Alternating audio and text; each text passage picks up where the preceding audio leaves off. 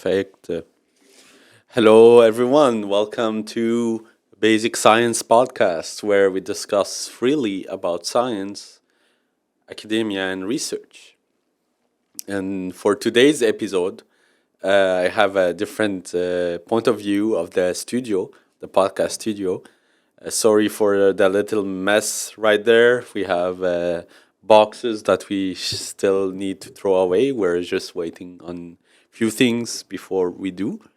And I have a little here desk where I it's like just a mess where we just throw everything that is extras and we put it there so it looks more presentable. So for today's podcast, and I can have fun switching cameras like that. So for today's episode, we're gonna discuss about AI because it's a very hot topic right now. A lot of controversies about the role of AI in academia, science, and research, and probably those topics are also applicable to other spheres of professional spheres, not just academia. But yeah, let's dive into it. And please let me know. Like I am having fun right now with that angle because I can control more freely what I can do, and you can see that there's more to it than just sitting and talking, because I can switch whenever I want to that. So yeah, let's dive into AI. Um, and the first thing I will say is this is my opinion. Human beings like to be lazy, and AI is here to remind people that we are really lazy people. And this is very dangerous because I would say the routine tasks, it's important to keep those at hand. So, like, if it's a human being doing those, it might be important. And it also depends on the context, and we'll come back to this. But I think the routine task, uh, it's important to keep this for scientists as as evenly as possible being done by human beings and not by robots and AI. And I will explain to that soon. But also, I believe that if you have a very niched, if you have a very niched, task to do, if you need to look at different things at the same time, AI could be really handy in that case. And the problem we see with AI currently is the user bias. So I don't know if we can call it the user bias, but basically the creator bias. So all the biases we have will come back to the AI. And I know that by reading, some papers or articles about, let's say, facial recognition or whatever, and the AI is kind of a bit racist in the sense where it give the profiles of given type of people but not other. It's like really crazy. So I don't think AI is as perfect as we think, but it's really we're living in a really amazing era where AI could control our lives basically, and we can just chill and nothing to do. So it's also an important question to ask ourselves: if the future is being not working and everything is managed by robots, what's the purpose of ourselves? What is our purpose? So I'd like to say that if we exist is we need to accomplish some tasks to we have a message to deliver, and if AI, the robots and the AIs are able to just do that, we're kind of a bit worthless. So, what would be our purpose if AI takes over? So this is like a really important question we need to ask ourselves. And I would say that, like, if I took my example in the prologue about artists, now we have a lot of art that comes from AIs. So what's the purpose of the artist if you can just give it to a robot and the robot can create a very picture perfect uh, painting or whatever, and it would be the same for the sciences, and I'll come back to that in a bit. But yeah, AI currently is a very hot topic. I just got an email Friday, so I'm recording this Sunday, the 19th of February, 2023, and we received an email from the university on Friday, the 17th, saying that they will be banning ChatGPT. So if students from the undergrad or grad use ChatGPT to create, their text, it's illegal. So it's a very interesting topic, and this is one of the topic I wanted to approach today. I don't think that AI is 100% bad, but for sure there's some need to adjust, like do some adjustment to see what should AI be doing in science and what should we let the human being doing. And for that, let's jump directly into the topic. So I hope you like the transition. And I've opened a couple of windows, and I'm gonna read a few articles that I read recently. And the first one is this one: abstracts written by ChatGPT fool scientists. Researchers cannot always differentiate between AI generated and original abstracts. And this is like something I think is in the core of the controversy about AI that can write stuff for you. It's it's like an ethical question of should we let human beings write, the discoveries, their thesis, or should it be an AI? So let's read through the article. Scientists and publishing specialists are concerned that the increasing sophistication of chatbots could undermine research integrity and accuracy. And this is very true, and I also think the same way. An artificial intelligence AI chatbot can write such convincing fake research paper abstracts that scientists are often unable to spot them. According to a preprint posted in bioarchives, we'll come back to this preprint in late December 2022, researchers are divided over the implication for science. I'm very worried, said, says Sandra Watcher, who studied technology and regulation at the University of Oxford, UK, and was not involved in the research. If you're now in a situation where the experts are not able to determine what's true or not, we lose the middleman that we desperately need to guide us through complicated topics, she adds. So I'm gonna pause here and explain the situation. So basically, when you make science, you're trying to discover new things so you can write about them. And as a human being, you should be, excited to write about them.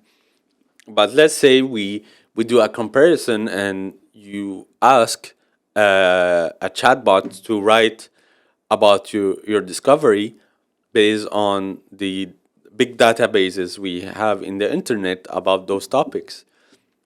You might end up having very similar, wording, etc. So at this stage, it would be hard to know if what's written is true or not. So this is a very accurate, way of thinking. The chatbot ChatGPT creates realistic and intelligent sounding text in response to user prompts. And where I have a window, if you see it, of ChatGPT open, and we will do the same exercise here of trying to write a scientific abstract, and I will try to rate those abstracts in the later in the episode.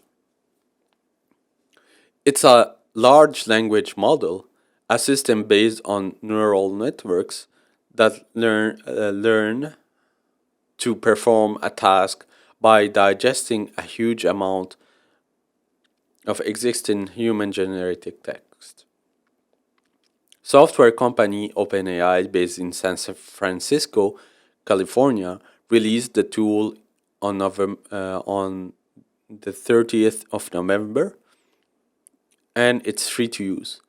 Since, since its release, researchers have been grappling with the ethical issues surrounding its use because much of its output can be difficult to distinguish from human writing text.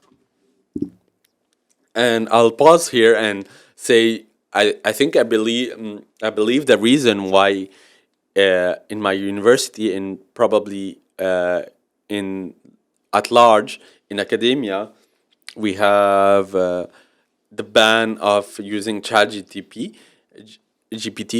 It's because for now we don't have the tools to make sure that if as students have assignment, they can just ask ChatGPT and they have their answer, copy paste, and that's done. And if you read the sentence, you can you can like easily say, oh yeah, the students have made a good job. But let's say you Google the answer and it's written somewhere. Usually there's tools, anti-cheat tools. If you use those in academia, like students can like be we can easily distinguish people that used their own thoughts to write their sentence versus plagiarism, let's say. So it's very interesting. Scientists have published a preprint and an editorial written by ChatGPT. The preprint is that one that I opened? No, it's. Let's try to. Yeah, this is a preprint, so we will go to this one as well. Dun, where were we?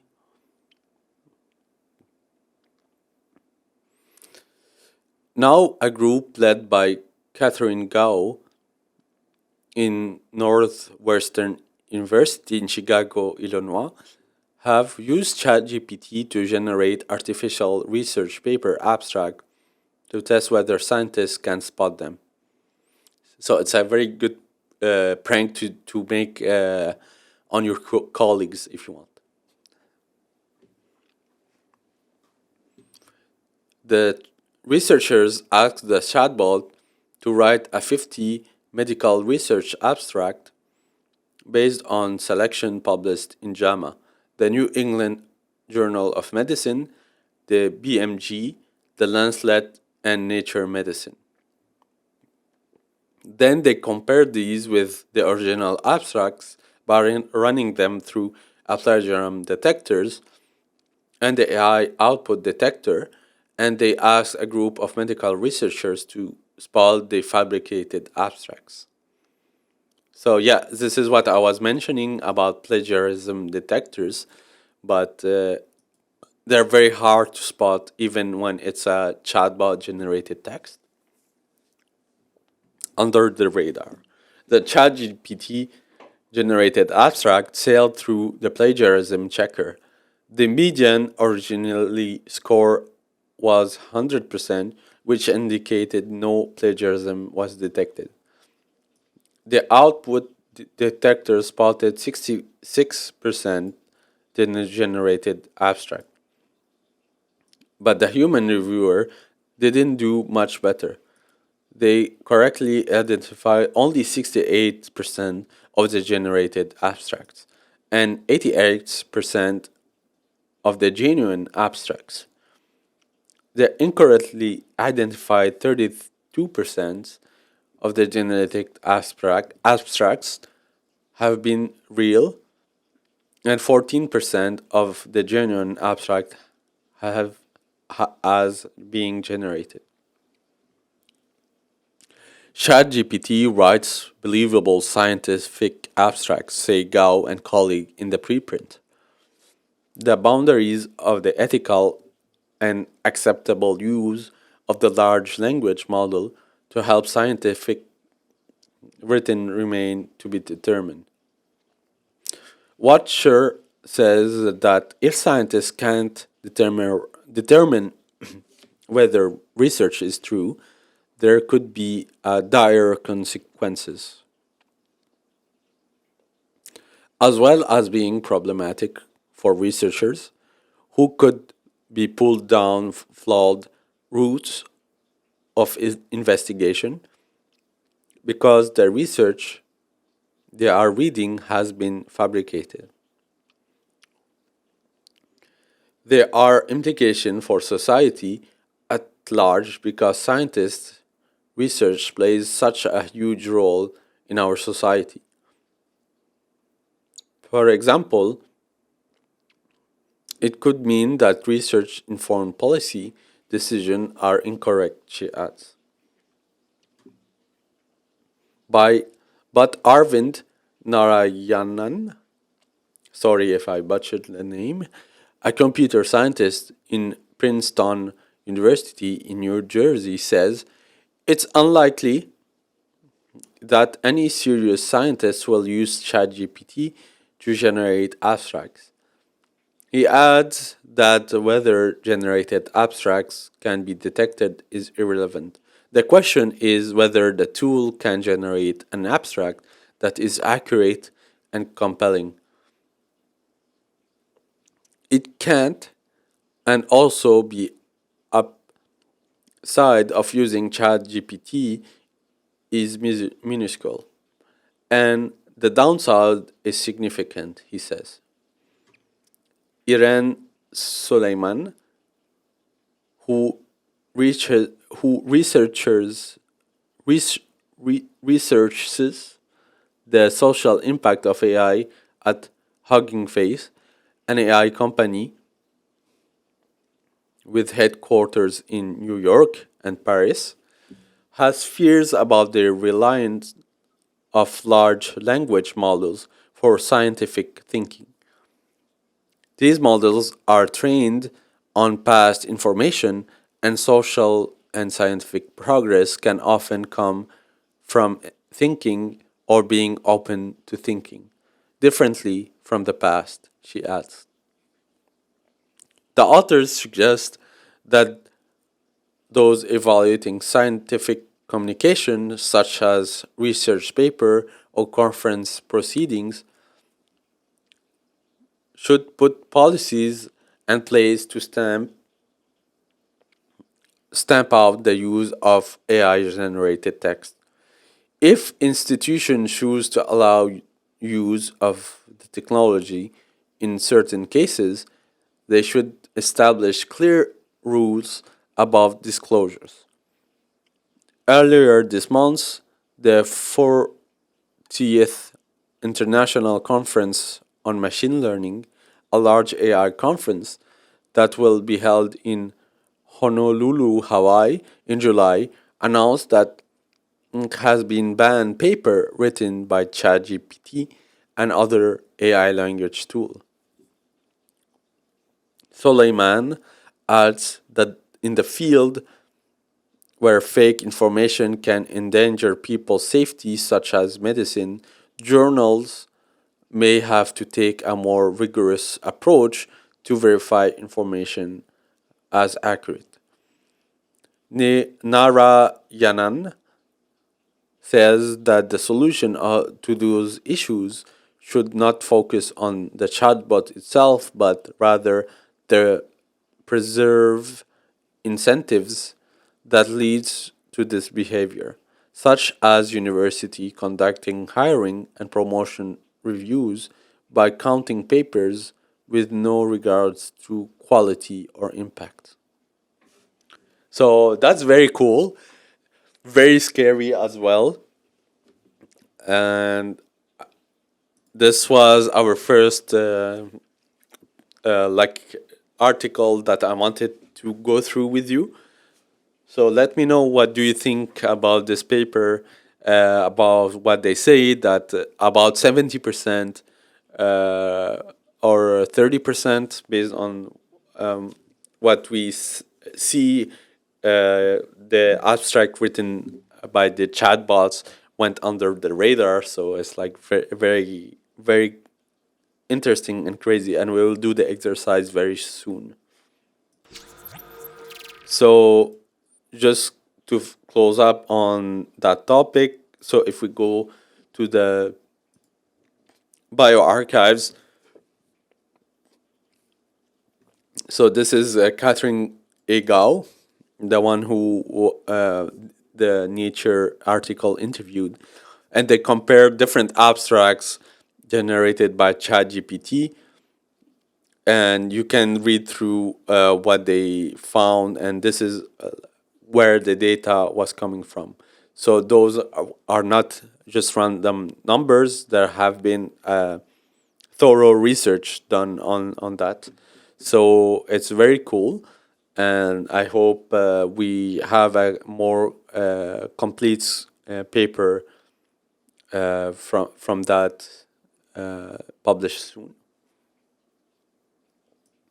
And I think this is the abstract written by the AI. But I want to just do the exercise myself. So, but yeah, I've seen like scary stories where like scientists were very confused. And a different note. So the this first article was raising the ethical questions about AIs and the concerns scientists have. But here we have another one that is ChatGPT 5 properties for research. Conversational AI is a game changer for science. Here's how to respond. And we have here a set of rules to help us guide us through how we should react to this AI generated texts. And I just want to go through. I won't read it as the previous one, but those are very interesting questions in the box at the end. So, issues for discussion at the forum about conversational AIs. Which research tasks should or should not be outsourced to large language models? So, this is very cool because it's a very cool question, because we can ask the AI source our reference as well, not just write text. And this could be also a matter of debate because, again, how the creator created the AI could bias the type of article we get. So maybe we don't get all the articles, but also it's a problem where now we have so many scientific paper. It's also hard to keep track of, about everything we have in our fields, and it's a very cool questions. I think yeah, for that question, I would say it's best to keep it the most of those tasks to be as made by scientists and humans as possible. Which academic skills and characteristics remain essential to research? That's a very important question, and a bit like going into this ethical realm. So, and maybe that's why academia is slowly banning chatbots from their, from there. And uh, what answer would you give to that? Uh, of course, the element I see is not everything has been discovered yet. So AI won't be able to make those discoveries unless, uh, I don't know. So yeah, unless AI becomes a thinker. This is, I think, the fear of all scientists. So yes, maybe we can also do the exercise now to ask ChatGPT to write us a protocol. And this is also very crucial for a scientist to be able to build up a protocol from scratch. And let's say we give this task to an AI and it builds up a protocol. Yes, probably we will save time, but it goes indirectly against the integrity of a researcher, where it's your task to build this those step by step. So will we will you lose credibility if you ask an AI to build it for you first and then you fine tune it? That's a very good question. What steps an AI assisted research process require human verification? That's a very in good question as well, and I think at each steps that you give an AI a task, you should then verify if the AI has done a good job as you did.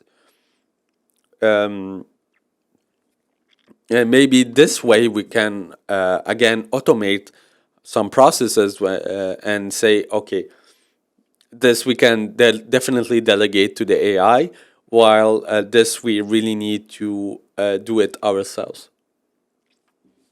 How should research integrity and other policy be changed to address LLMs? That's a very interesting question that future will tell us. How should LLMs be incorporated into educational and training of researchers? And the way I see it is, in academia, we always help us understand the basis. So instead of using a tool that is already developed, maybe a cool thing to do is to first allow the students to develop that tool so they can use it and compare it to what is available, such as, for example, ChatGPT in that case. How should LLMs be incorporated? We read this. How can researchers and founders aid the development of independent open source LLMs and ensure the model represents scientific knowledge accurately? That's also a very cool question, and for sure, the AI should be, maybe have a fine-tuned version for AIs where it mainly use scientific vocabulary to uh, to ensure this integrity of knowledge. Yeah. What quality standards should be expected of LLMs? For example, transparency, accuracy, bias, and source crediting.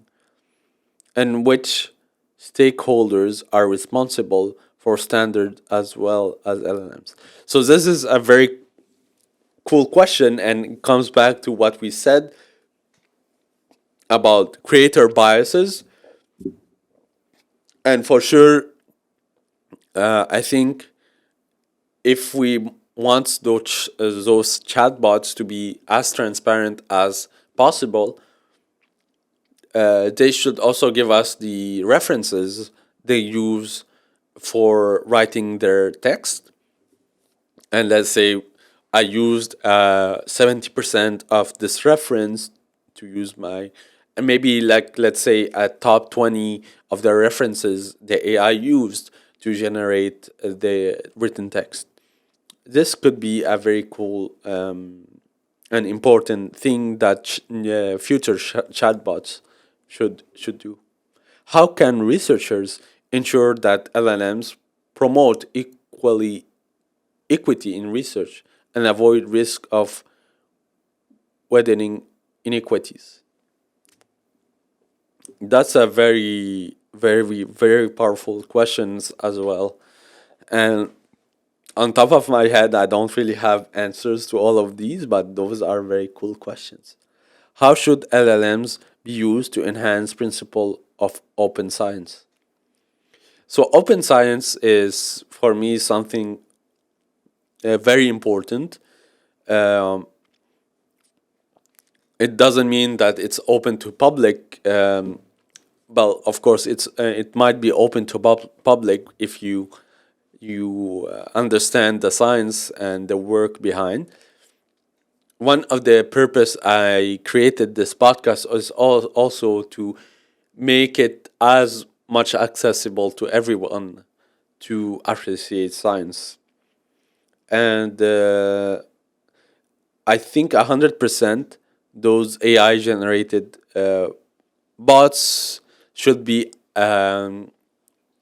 open to everyone and not have a private thing where only you can use it and take advantage of that powerful resource. What legal implications the LLMs have for scientific practice? For example, laws and regulation related patents, copyright, and ownership. It's a very cool question, and it comes back to the thoughts I had where I told you, okay, let's ask the AI to write us a protocol, and the scientists will just execute what the AI said. Is it technically the AI who managed to help you write your experience, or is it you? So it's a very cool question, and yeah, a lot of regulation and laws should be implemented to address those very crucial questions. So that's it for that's it for the second part of this podcast, where we have those outstanding questions based from our first article we read. And the third part is just to have fun with ChatGPT to try to write abstracts and see how it goes. I don't know if we will be able to, but let's see. I am very curious. So this is like the testing phase, and let's see. Hi.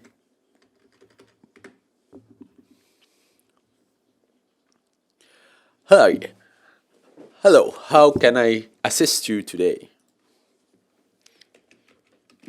I'm a scientist working, let's say, on DNA.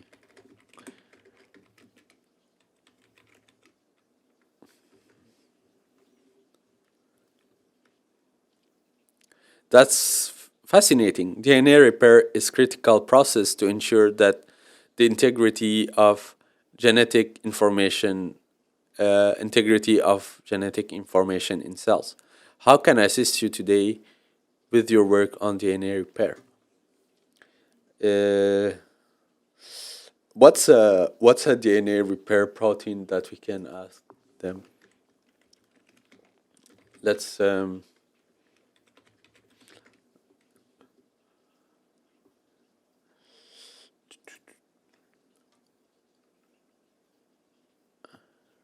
yeah, this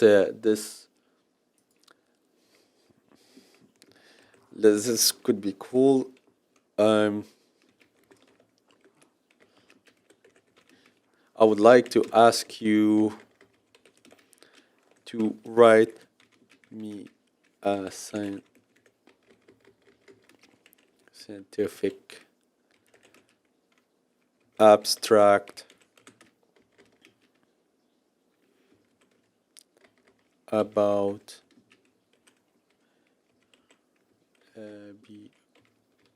BRC1 involvement in DNA repair.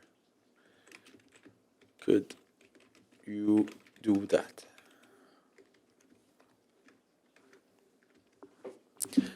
So I would like to ask you to write me a scientific abstract about BRC1 involvement in DNA repair. Could you ask me to do that? Sure, I'd be happy to help you write a scientific abstract. Here are a draft. Title: The role of BRC1 in DNA repair. The abstract.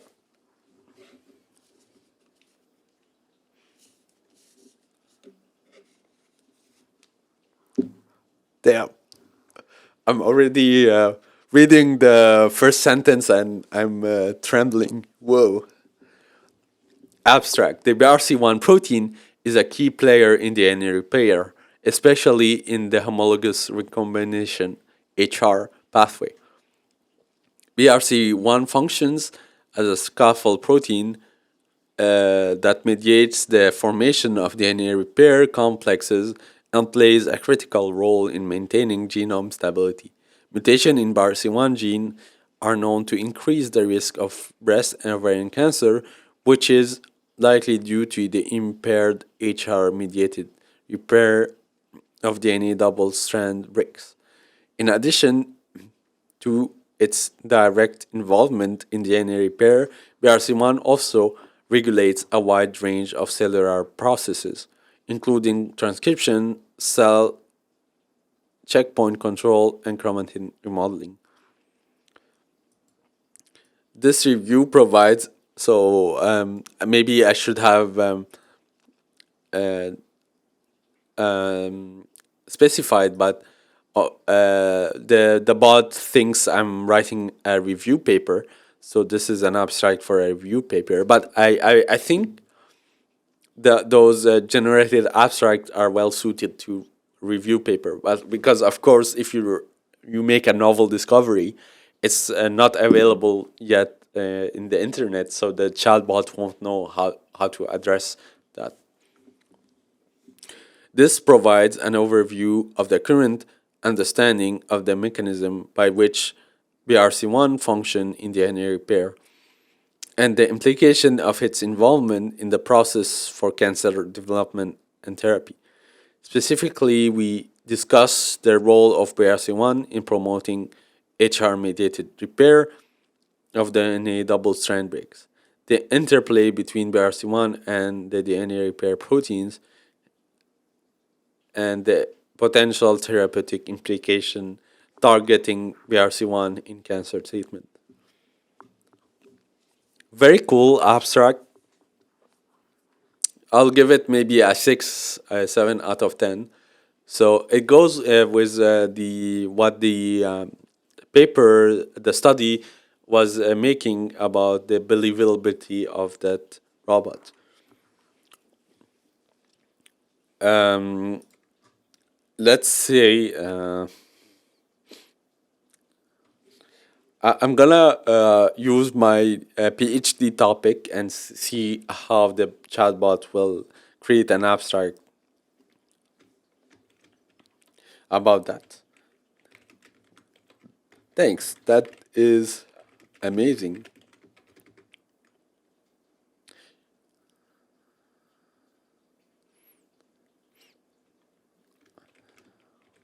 I would like a new abstract,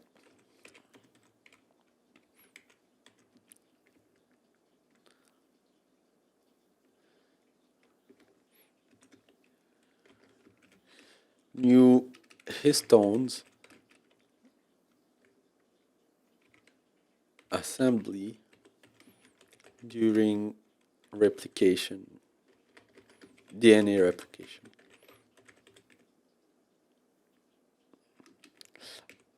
We also know that those new histones are acetylated.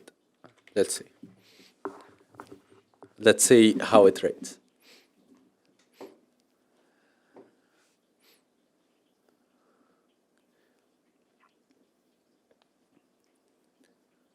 It's typing.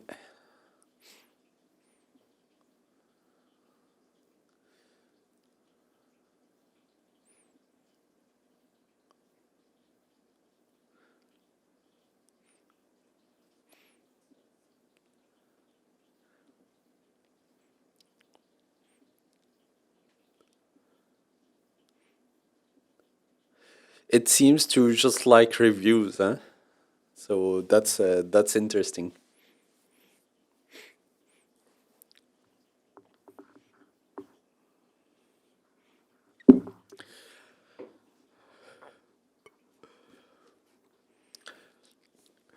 The process of DNA replication is essential for the maintenance and propagation of genetic information in cells.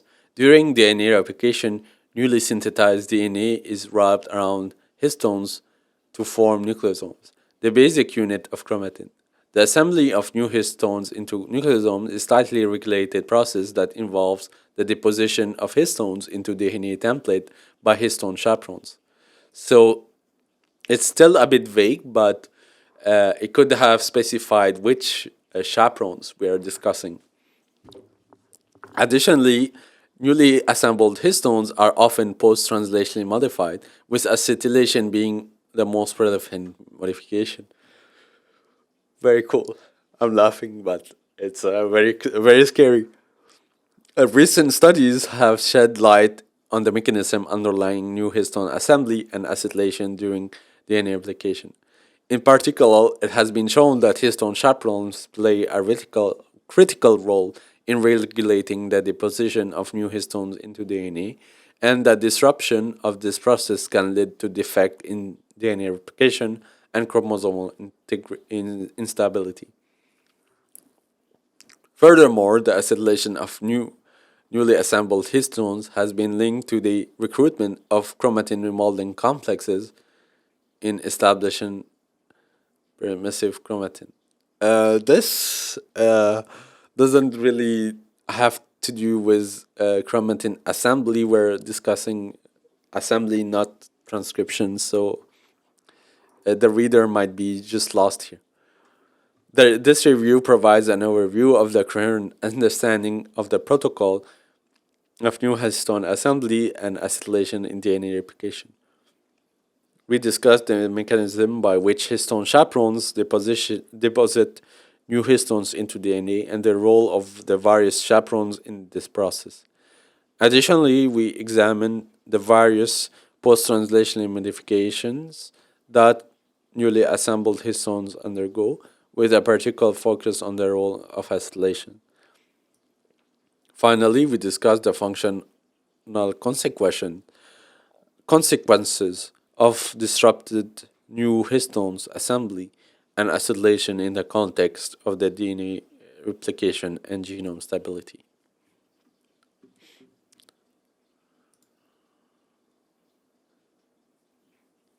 And of course, you can ask the bot to rewrite if you don't like it. I'm gonna just see if, oh, okay, now we're talking. Now we're talking. What? That's scary. That's super scary.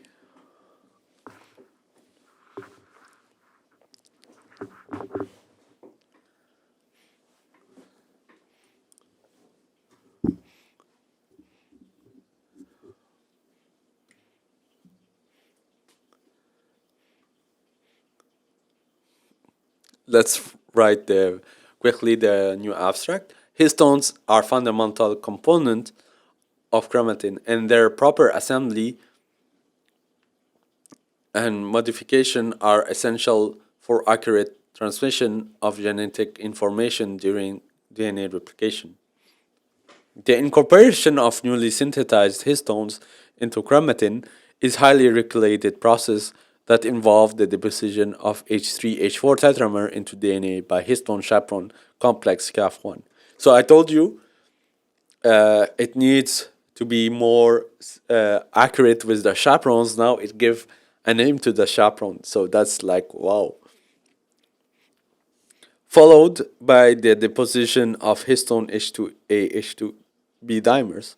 In addition to histone assembly, histone acetylation is another crucial post-translational modification that plays a critical role in regulating chromatin structure and function. Recent studies have revealed that new histones that are incorporated during DNA replications are preferentially acetylated as specific lysine residue, which is thought to play a role in regulating their assembly function. Specifically, acetylation of histone H4 at lysine 12 has been shown to promote the deposition of newly synthesized histone, while acetylation of histone H3 promotes their stability. This review provides an overall mechanism involved acetylation of histone during um, H3 on lysine K56. This review function, we discussed the role of histone chaperone. That's very cool. Very, very cool abstract. So last thing I would like to do is ask the chatbot to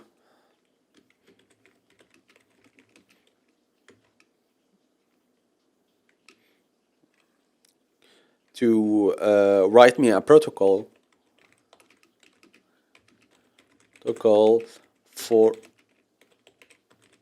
isolation in yeast cells, because I work in yeast.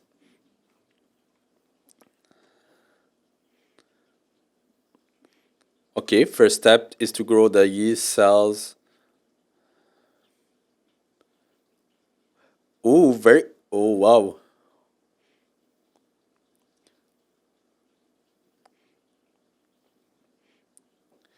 It's. I wanted to see if it uses very specific wording, and wow, it's amazing.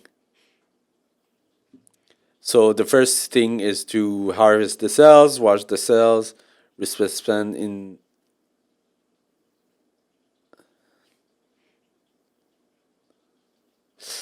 This I don't know. This step is critical. So this is an enzyme, and you're using a protease inhibitor. So maybe this step won't work because we use inhibitors, but who knows?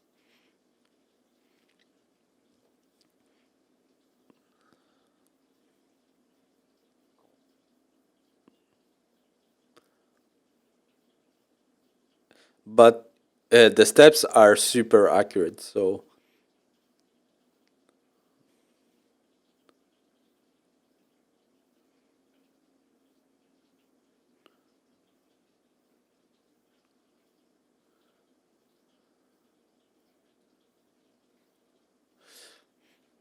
Exactly. This is what I wanted to see. So the chatbot says this is a generated guideline for isolating histones from yeast cells. It may need to be optimized for specific experimental needs. Additionally, this protocol assumes that the use of the fresh yeast cells it may need to be. It's very cool that it says frozen yeast cells might need adjustment because it's true that fresh cells is always better for those type of protocol. But it's so scary. Like I'm super excited. Imagine.